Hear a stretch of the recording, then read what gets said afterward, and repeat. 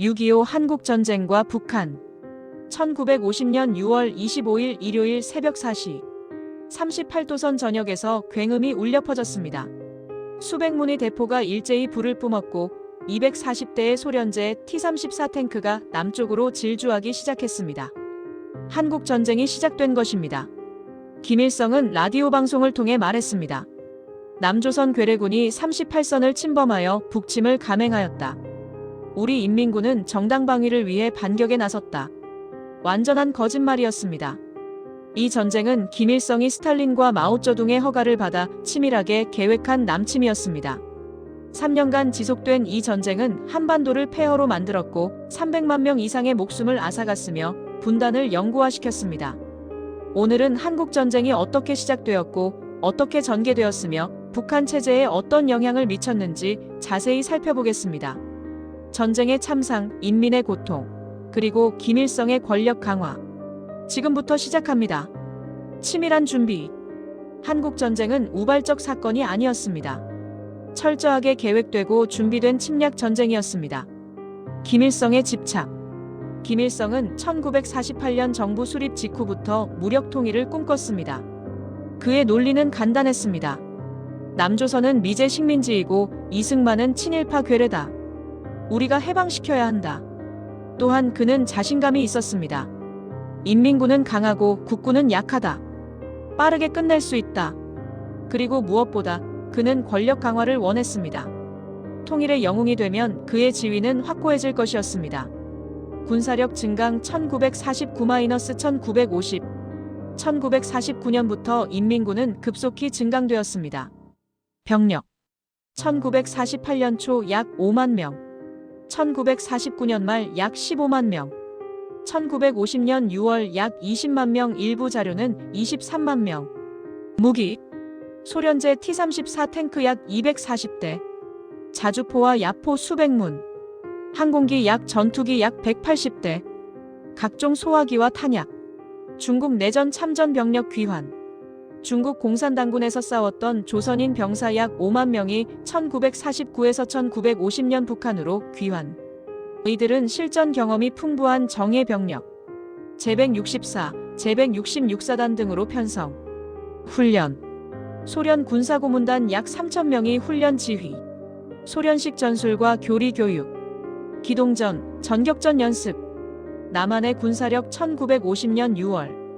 대조적으로 남한의 군사력은 약했습니다. 병력 약 10만 명 8개 사단.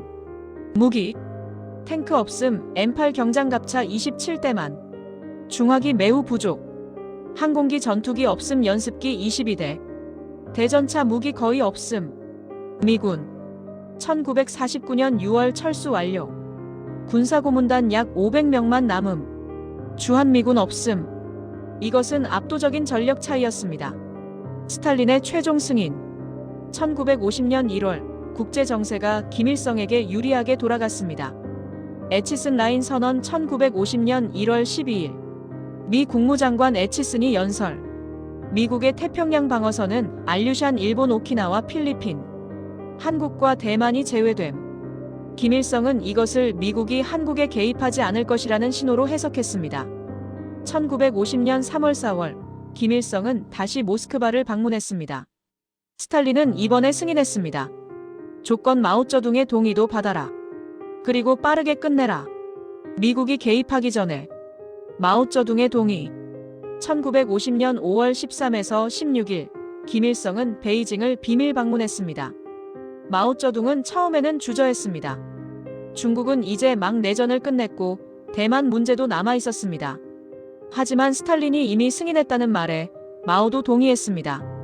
마오의 약속 마냥 미국이 개입하면 우리가 중국군을 보내겠다. 모든 준비가 완료되었습니다. 최종 작전 계획. 목표 한 달 내에 한반도 전역 점령. 단계 1. 기습 포격으로 전선 붕괴. 2. 기갑부대로 서울 신속 점령 3일 내. 3. 주력으로 남쪽 계속 진격. 4. 한 달 내에 부산까지 점령. D-데이 1950년 6월 25일 일요일. 이후 일요일은 방심하는 날, 많은 국군 장교들이 휴가 중.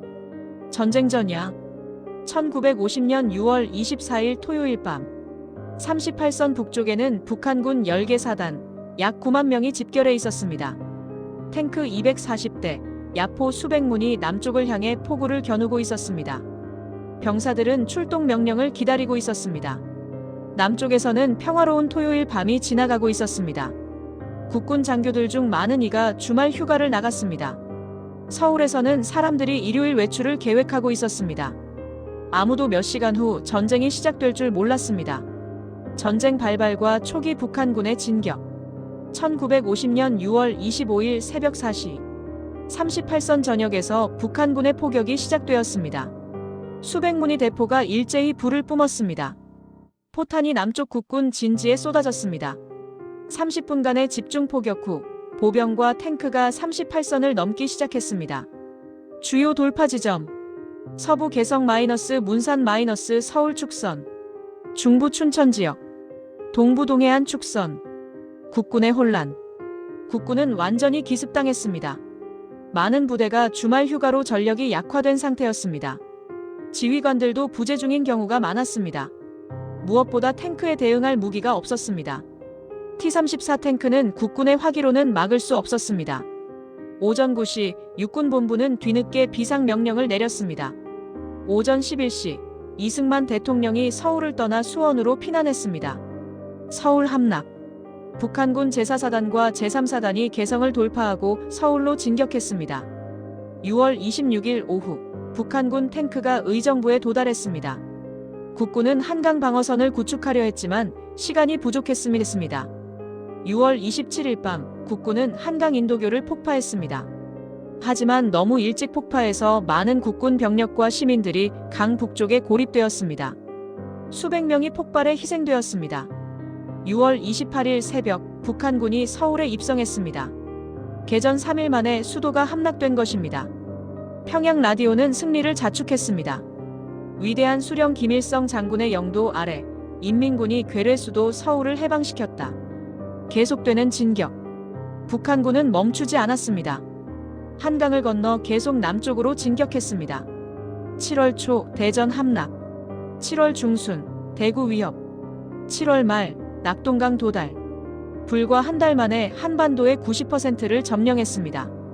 국군과 미군 6월 30일부터 미군 참전은 낙동강 방어선까지 밀렸습니다. 부산만 간신히 지키고 있는 상황이었습니다. 북한의 승리 확신. 김일성은 승리를 확신했습니다. 조금만 더 밀면 전쟁이 끝난다. 8월 15일 광복절에는 부산에서 승전 기념식을 하겠다.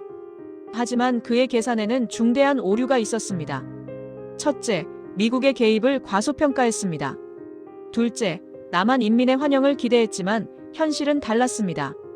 셋째, 전선이 너무 길어지면서 보급에 문제가 생겼습니다. 미국의 참전. 6월 25일 오후 유엔 안전보장이사회가 긴급 소집되었습니다. 당시 소련은 중국 대표권 문제로 안보리를 보이콧 중이어서 거부권을 행사하지 못함. 유엔 결의안 북한의 침략 중단과 38선 복귀 요구. 6월 27일 유엔 안보리가 다시 소집되었습니다. 결의안 한국에 대한 군사 지원. 6월 27일 트루먼 대통령이 참전을 명령했습니다. 공산주의의 확산을 막아야 한다. 한국을 포기하면 도미노처럼 다른 나라들도 무너질 것이다. 6월 30일 주일미군 제24사단이 부산에 상륙했습니다. 7월 초 더 많은 미군 부대가 도착하기 시작했습니다. 낙동강 방어선. 8월 9월 전선은 낙동강에 고착되었습니다. 북한군은 계속 공격했지만 미군의 화력과 공군력 앞에서 더 이상 진격하지 못했습니다. 보급선이 너무 길어져서 탄약과 식량이 부족해졌습니다. 병력 손실도 심각했습니다. 개전 초기에 정예 병력 상당수가 전사하거나 부상당했습니다. 김일성의 8월 15일 부산 점령 계획은 실패했습니다. 하지만 여전히 북한은 한반도의 대부분을 점령하고 있었습니다. 김일성은 시간이 지나면 승리할 수 있다고 믿었습니다. 그러나 역사는 다른 방향으로 흘러가고 있었습니다. 인천 상륙작전과 전세 역전. 메가더의 대담한 계획. 유엔군 사령관 더글러스 메가더는 대담한 작전을 구상했습니다. 인천 상륙작전. 북한군의 후방인 인천에 상륙해서 서울을 탈환하고 북한군의 보급선을 끊는다는 계획이었습니다. 많은 장군들이 반대했습니다. 인천은 조수간만의 차가 심하고 항구가 좁습니다. 너무 위험합니다. 하지만 메가더는 고집했습니다. 그래서 북한군도 방심할 것이다. 기습에 효과가 있다.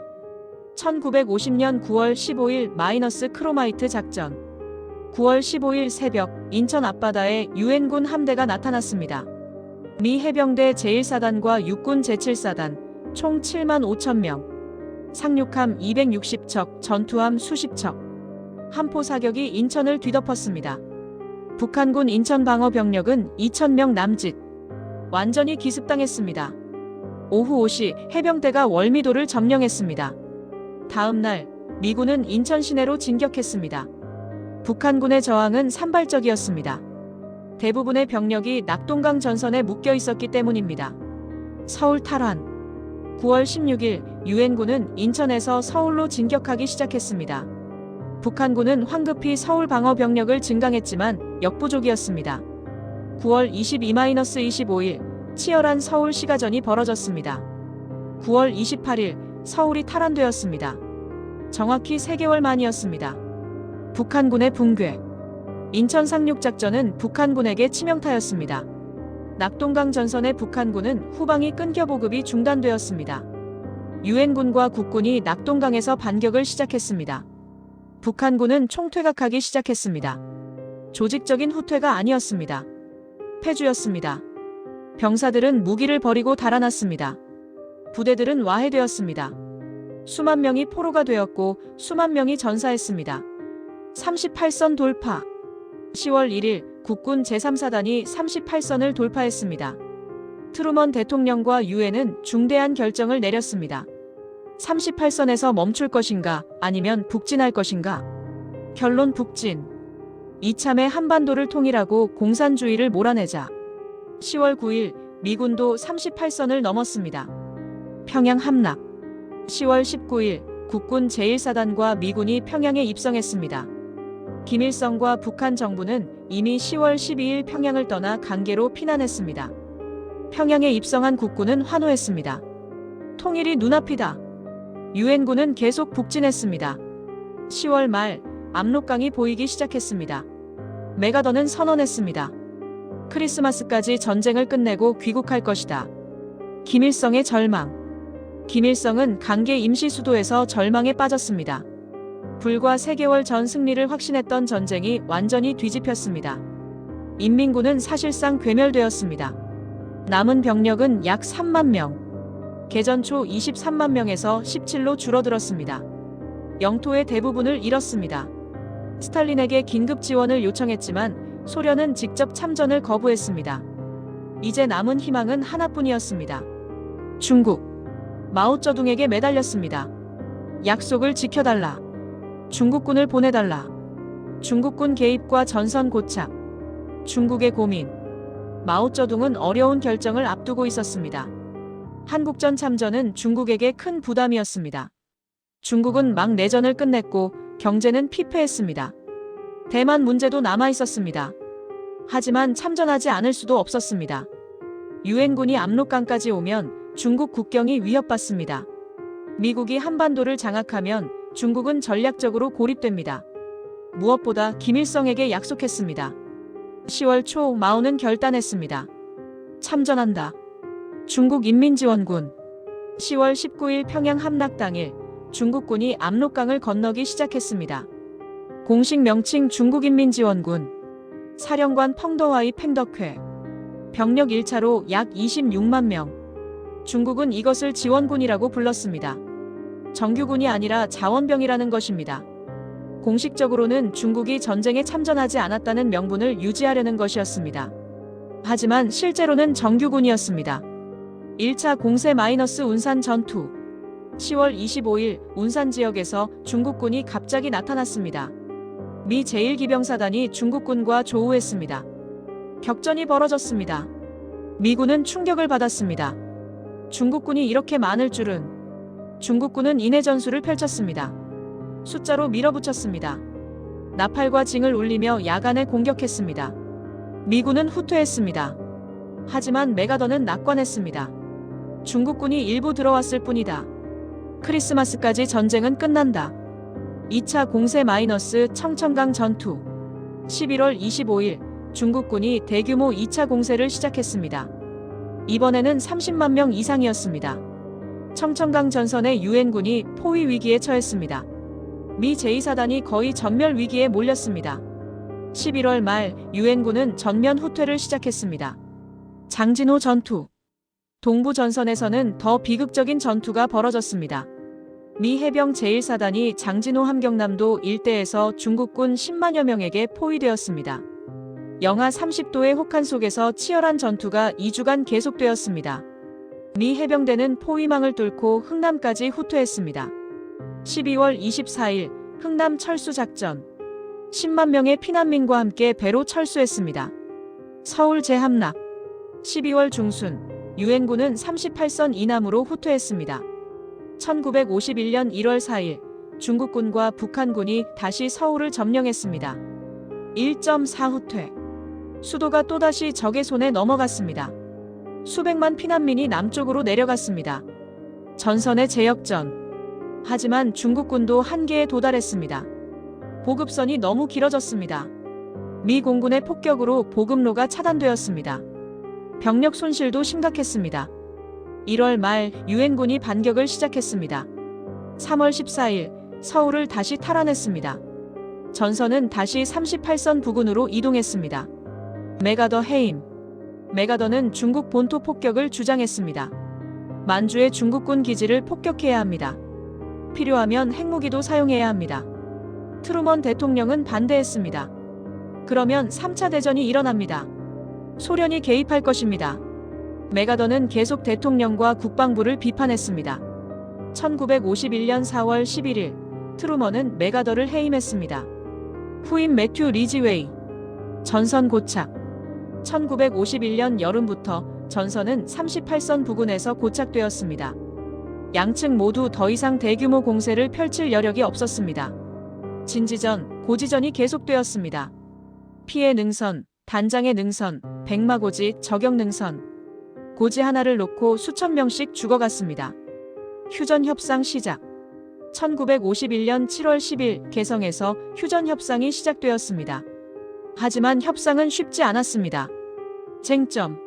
마이너스 군사분계선 위치. 마이너스 포로 송환 문제. 마이너스 휴전 감시 방법. 협상은 2년간 계속되었습니다. 그 사이에도 전투는 계속되었습니다. 전쟁의 참상과 민간인 피해. 한국 전쟁은 단순한 군사 충돌이 아니었습니다. 전 국토가 전장이 되었고 민간인들이 가장 큰 고통을 받았습니다. 폭격과 파괴. 미 공군의 폭격은 북한을 폐허로 만들었습니다. 평양 도시의 75% 파괴. 함흥, 원산, 청진 거의 완전 파괴. 수많은 마을과 공장이 폭격으로 사라짐. 네이팜탄이 광범위하게 사용되었습니다. 폭격 규모. B-29 폭격기가 3년간 약 60만 톤의 폭탄 투하. 2차 대전 때 일본에 투하한 폭탄보다 많은 양. 북한의 산업시설은 거의 완전히 파괴되었습니다. 댐, 발전소, 공장, 교량이 모두 폭격 대상이었습니다. 민간인 학살. 전쟁 중 남북한 모두에서 민간인 학살이 발생했습니다. 북한군과 좌익에 의한 학살. 서울 점령 기간 중 우익 인사 공무원, 경찰 가족 학살. 대전 형무소 학살. 신천 학살 북한 주장, 논란이 있음. 국군과 우익에 의한 학살. 보도연맹 학살 좌익 전향자들. 부역자 처형. 양민 학살 사건들. 정확한 숫자는 알 수 없지만 수만 명에서 수십만 명으로 추정됩니다. 이산가족. 전쟁으로 1천만 명의 이산가족이 발생했습니다. 피난 과정에서 가족이 흩어졌습니다. 남쪽으로 피난 간 사람 약 200만 명. 북쪽에 가족을 둔 채 남쪽으로 내려온 사람들은 70년이 지난 지금까지도 가족을 만나지 못하고 있습니다. 전쟁고아. 부모를 잃은 전쟁고아가 10만 명 이상 발생했습니다. 거리를 떠돌며 구걸하거나 범죄에 연루되었습니다. 일부는 외국으로 입양되었습니다. 경제 파괴. 남북한 모두 경제가 완전히 파괴되었습니다. 북한. 산업시설의 80% 이상 파괴. 주택의 약 50만 채 파괴. 농경지 황폐화. 기반시설 붕괴. 남한. 산업시설의 40% 이상 파괴. 주택 60만 채 파괴. 농경지 피해. 인프라 파괴. 북한 민간인의 고통. 북한 민간인들은 이중의 고통을 받았습니다. 첫째, 미군의 폭격. 집이 파괴되고 가족이 죽었습니다. 방공호에서 살았고 밤마다 폭격에 떨었습니다. 둘째, 북한 정권의 강제 동원. 성인 남성은 모두 군대나 노동동원에 끌려갔습니다. 식량은 배급되었지만 양이 턱없이 부족했습니다. 의심받는 사람들은 간첩 혐의로 처형되었습니다. 셋째, 유엔군 점령 기간의 혼란. 1950년 10-12월 북한 지역이 유엔군에 점령되었을 때 일부 북한 주민들은 보복을 당했습니다. 공산당원이었거나 인민위원회에서 일했던 사람들은 처형되기도 했습니다. 강제 이주. 전쟁 중 북한 정권은 주민들을 강제로 이주시켰습니다. 중국군이 개입한 후 북쪽 지역 주민들을 남쪽으로 이주시켜 유엔군의 폭격을 피하게 했습니다. 하지만 이것은 또 다른 고통이었습니다. 집과 땅을 버리고 낯선 곳으로 가야 했으니까요. 사상자 통계. 전쟁으로 인한 사망자는 정확히 파악하기 어렵지만 남한. 군인 사망 약 14만 명. 민간인 사망 약 37만 명. 북한. 군인 사망 약 52만 명, 중국군 포함 시 약 90만 명. 민간인 사망 약 150만 명 이상.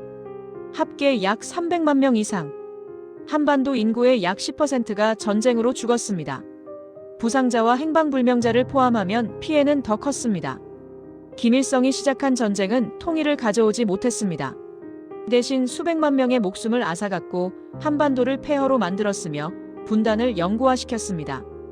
그리고 김일성은 전쟁 책임을 다른 사람들에게 전가하고 자신은 조국 수호의 영웅이 되었습니다. 이것이 한국 전쟁의 비극이었습니다. 구독과 좋아요, 알림 설정 부탁드립니다. 시청해주셔서 감사합니다.